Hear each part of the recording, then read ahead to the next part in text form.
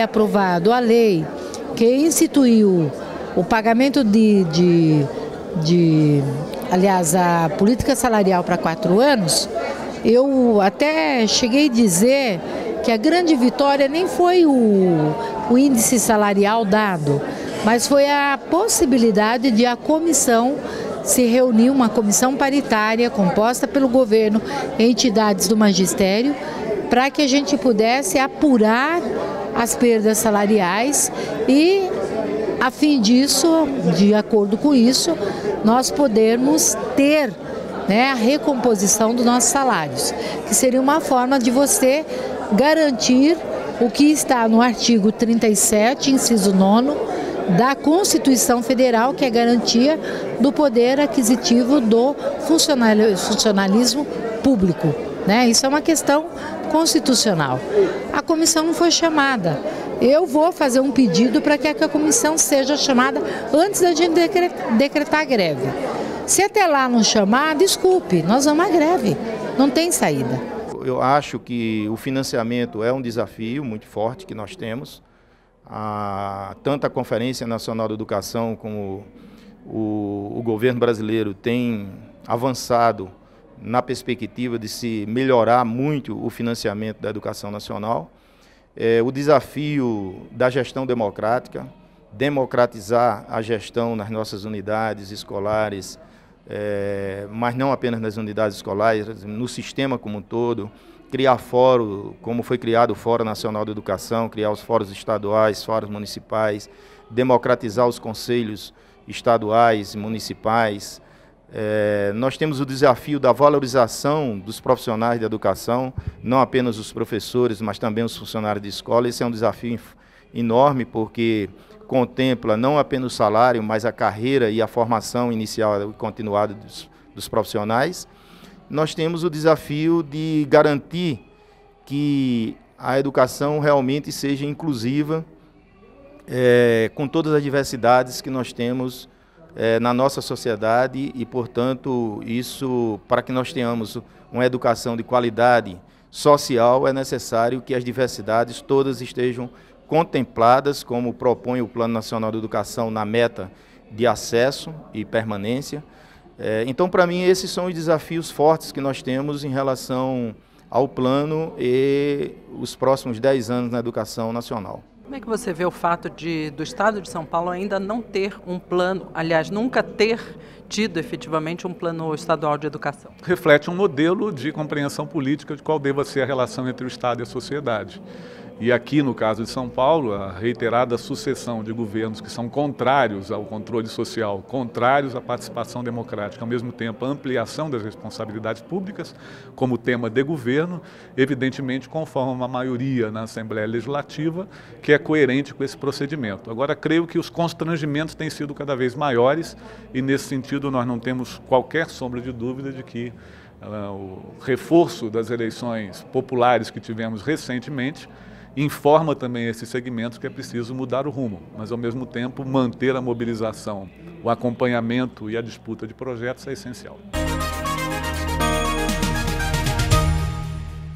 A Lei 12.244 de 2010 estabelece que cada instituição de ensino no Brasil, tanto nas redes públicas como privadas, tem uma biblioteca com um acervo de pelo menos um livro por aluno. O prazo para o cumprimento da lei é 2020 e até lá será preciso construir 130 mil bibliotecas. A alegação mais comum para a falta de biblioteca é não haver nas escolas novas espaço físico para sua construção. Quanto às escolas antigas, o espaço da biblioteca ou virou sala de aula ou depósito de computadores empilhados, de livros empacotados. Em São Paulo, o estado mais rico da federação, 85% das unidades estaduais e municipais não possuem biblioteca. É um dos piores resultados de todo o país. A biblioteca da APUESP, inaugurada em dezembro de 2012, oferece aos alunos e professores espaços para a leitura de livros, incluindo infantis e juvenis, e de periódicos. Tem ainda espaço para contar histórias, assistir DVDs, multimídia para oficinas reuniões e cursos. Nós vamos começar a criar essa cultura da leitura, a cultura da pesquisa como núcleo central da nossa ação pedagógica. É isso. Com um acervo de 3.000 livros dos mais variados gêneros, a biblioteca da APEUESP está instalada no centro da cidade, próxima à sede do sindicato.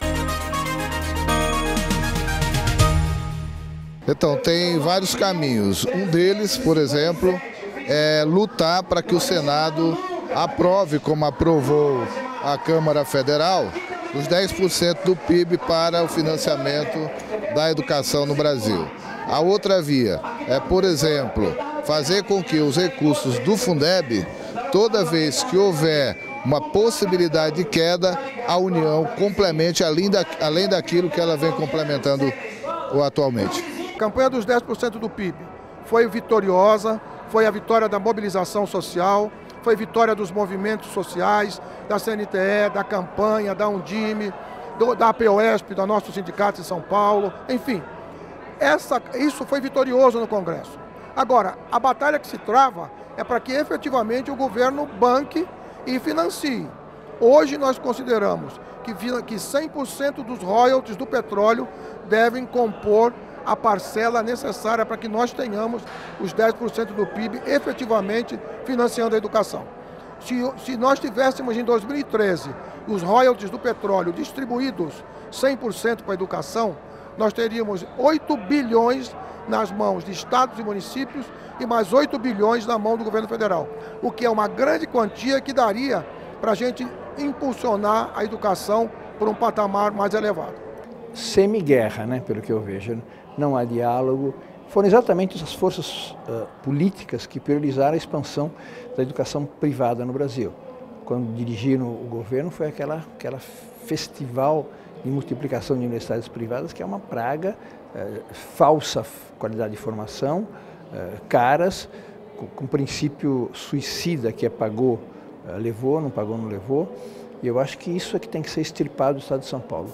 Diante de um governo que não ouve as reivindicações dos professores, não dá reajuste salarial, não cumpre o que determina a lei do piso salarial profissional nacional com relação à jornada de trabalho, mostra todo o desrespeito com a profissão. O caminho é um só: greve. É o que foi aprovado na 5ª Conferência Estadual de Educação do sindicato.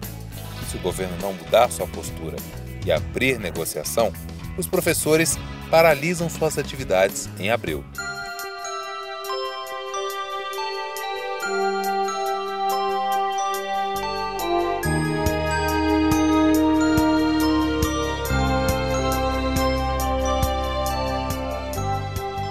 Quais as perspectivas para a educação, para a melhoria do ensino público do Estado de São Paulo em 2013?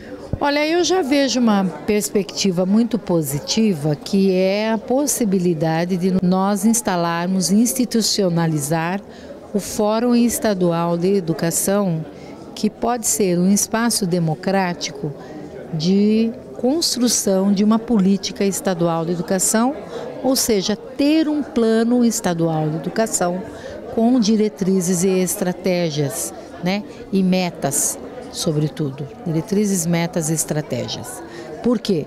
Porque aí você tem um plano estadual de educação com uma concepção de plano que seja política de Estado e não de governo.